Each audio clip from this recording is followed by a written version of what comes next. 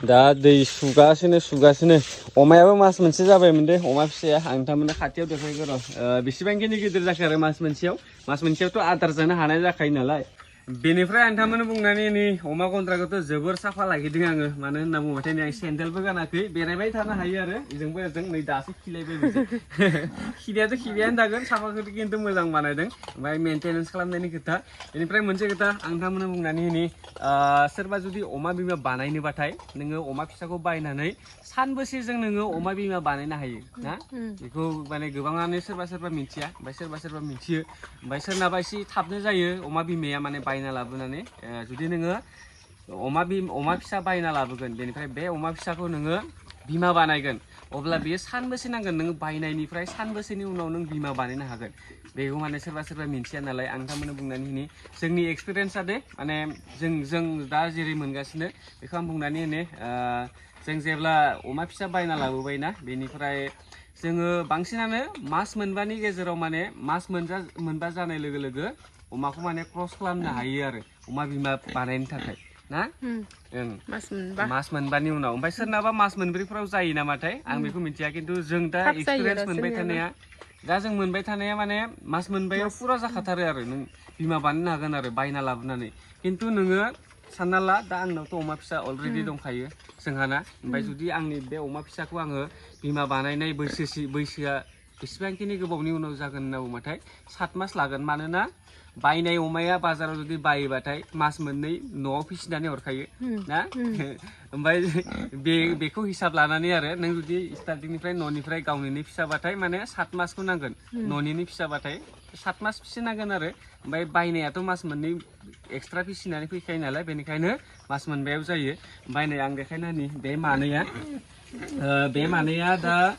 बायनाया 3.5 मास जागासिनो ओमफ्राय दा आरो 1.5 मास दंबावो 1.5 मासनि उनाव माने फुरा बेयो क्रस खालामनो हासिगोन आरो ओमफ्राय नैबे 6 मास सोलिगासिनो आंनि अमाया बेयो बायनायनिफ्राय 6 मास सोलिगासिनो ओमफ्राय बेयो क्रस जानाया मास मोनसे जाबाय मास मोनबायाव माने फुरा क्रस जादों ओमफ्राय बै बिमायाबो मास मोनबानि ओमफ्राय खै मासनि उनाव फिसा मोनोमोनलाय मास मोनथाम बावलायलाङो खै मासनि उनाव फिसा मोनोमोनलाय क्रस खालामनानै मास मोनब्रैनि उनाव आं बावनासो दं साला जुदि माने क्रस जाबाथाय मास मोनब्रैनि उनाव फुरा मोनगोन आरो 120 डेजनि उनाव नोङो अमा फिसा मोनगोन ओमफ्राय नै बे दा माबाना दा मा सोलिगासिनो जुन जुलाइ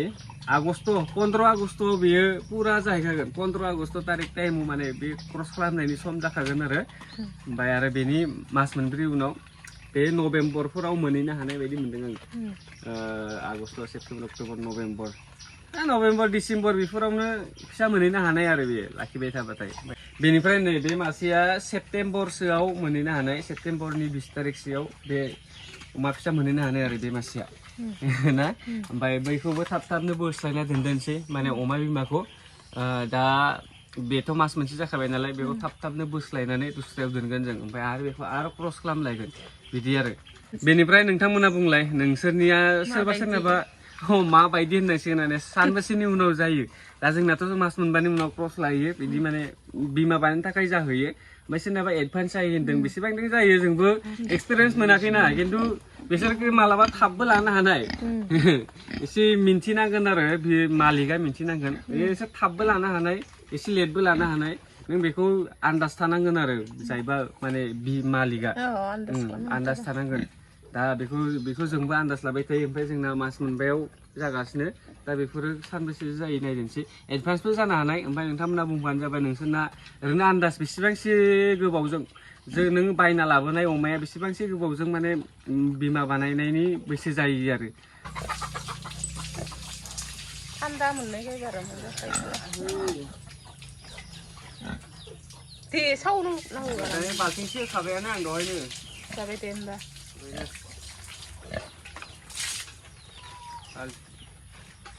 हा जाबाय मटरा नैयावबो होनांगौ सालायखौ उरजोब्बाय बिसोरो माखौ इखो इजाबो सुख्रा हाब इजा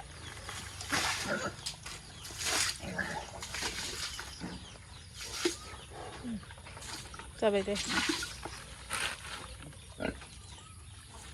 दैयाव उसिबावजोबसिगोनथ' हा लाद' बाल्थिंखौ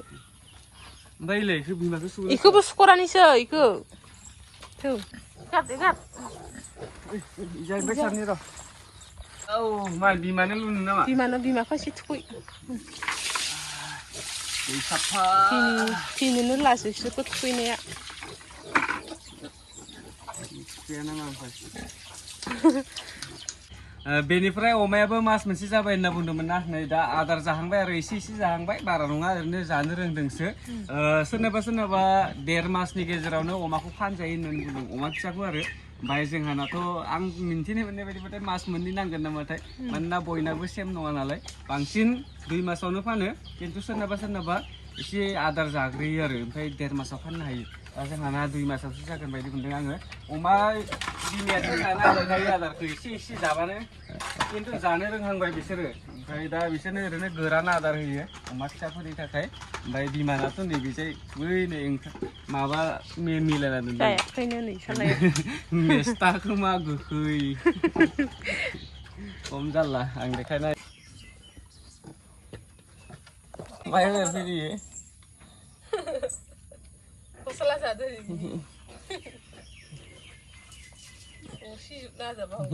So guys, दा जोङो एसे दुसरा थांनो नागिरदों बैसानि न'आव एसे खामानि दं सानैजों थांगोन गरमाबो गरमथारमोन जा गरममोन दा एसे बार बारगासिनो अखाबो हानो नागिरदों नामाथाय अखासो लोगो मोनलांगोन बायदि मोनबाय आङो हा रेमजिमखौ लिंना लानो दा आरो थाथैयो रेमजिमखौ लिंना लादोंमोन ओमफ्राय दा गैया हौवाया खारखोथाय मानसिया दा नुबादा थांफानो ओंखारबाय थागोन चलो थाब फैगोन ना फैया फैगोन अ हागौमोन थार दै लोंनायलै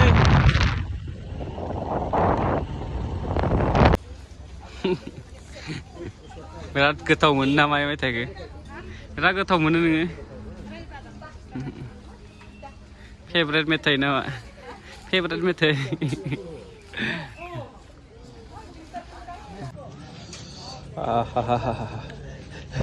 गरमाव मोजां नांदों नामा बिखा बिखुनु थान्दा मोनलायदों बेसोरनिखै मालाय गायजोब्बायानो माखासे नै साफा बे आमथिसुवानि आगोलावनो गायजोबनाय दै मोनोना बिसोरना जोंनासो गायाखै नै साफा दैफोराबो नाय आरो ओइ गायजोब्बायानो साफा बेजे साइडआव ओमफ्राय बैजाय साइडआवबो गायजोबगोनसो खोमा ना नै दैखौ नायलाय स्रां लोमजोब्बाय दानिफ्रायनो दैबाना बायदिसो जाबाय खिन्थु बेयाव लास्ट टाइमाव माइ मोननाय समाव बिराद गाज्रि जाखायो दै अबस्थाया दै गेजेरावनो दैयावनो गोलैजोबो ना एडभान्स गायनो हायो आरो माइयाबो बिराद जायो खिन्थु नों मोना माइखौ ना नैबे जराव आरो ओमफ्राय बैफोरनाथ' मोनो एसे आगोलाव नों गामियाव बेरायनो थांदोंमोन नामा हा ए सोर बे मामि माइदां ए नों जानो थांगोन ना थाङाथाय थाङो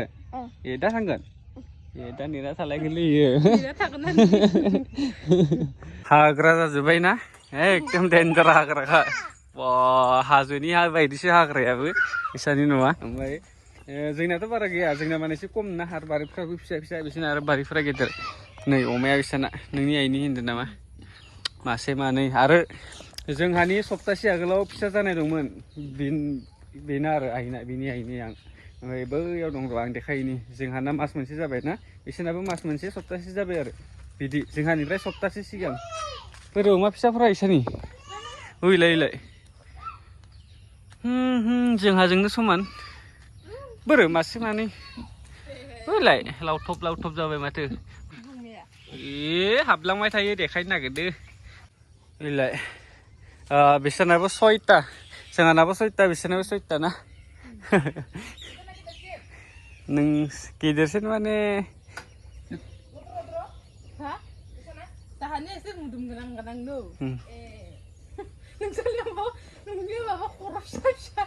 खर'आ फिसा टाइपनि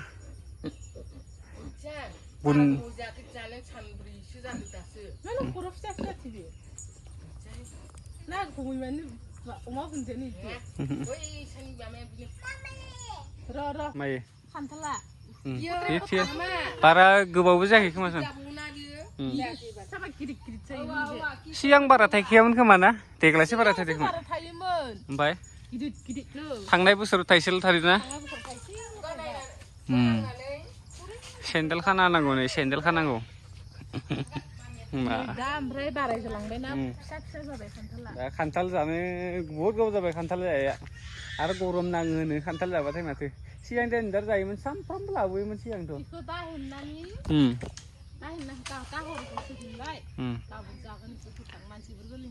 गोथां जानाय ना गोमोन जानाय अ गोथां जानाया मोजां नाङो बोरैबा संख्रिफोरदो जानो ना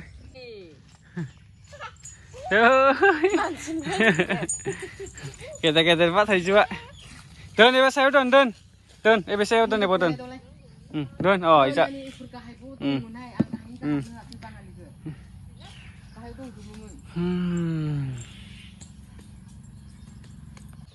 थुलाय आयौ गावख्राबायसो थाइनैबो गलायखासिगोन ओइ जाफायनाङा आयौ ओइ बे माबासिगोन खोमा दे हेनखादो इखौबो फोमोनना जागोन इखौ सोर जागोन थै बिसा नै रेमजेम फै मादैया मा लाबोदो नायनि नै आबैनो इथिं लाबोदो इथिं नोंबो लाबाय आरो इयो खान्थाल थालिराबो मानै मानि दं आंनिया ओइ थाइजौबो दं खान्थालबो दं हा फालेवा अ मादैया फारौबो लाबोदोंमोन ना जाखाबाय औ जाखाबाय फारौ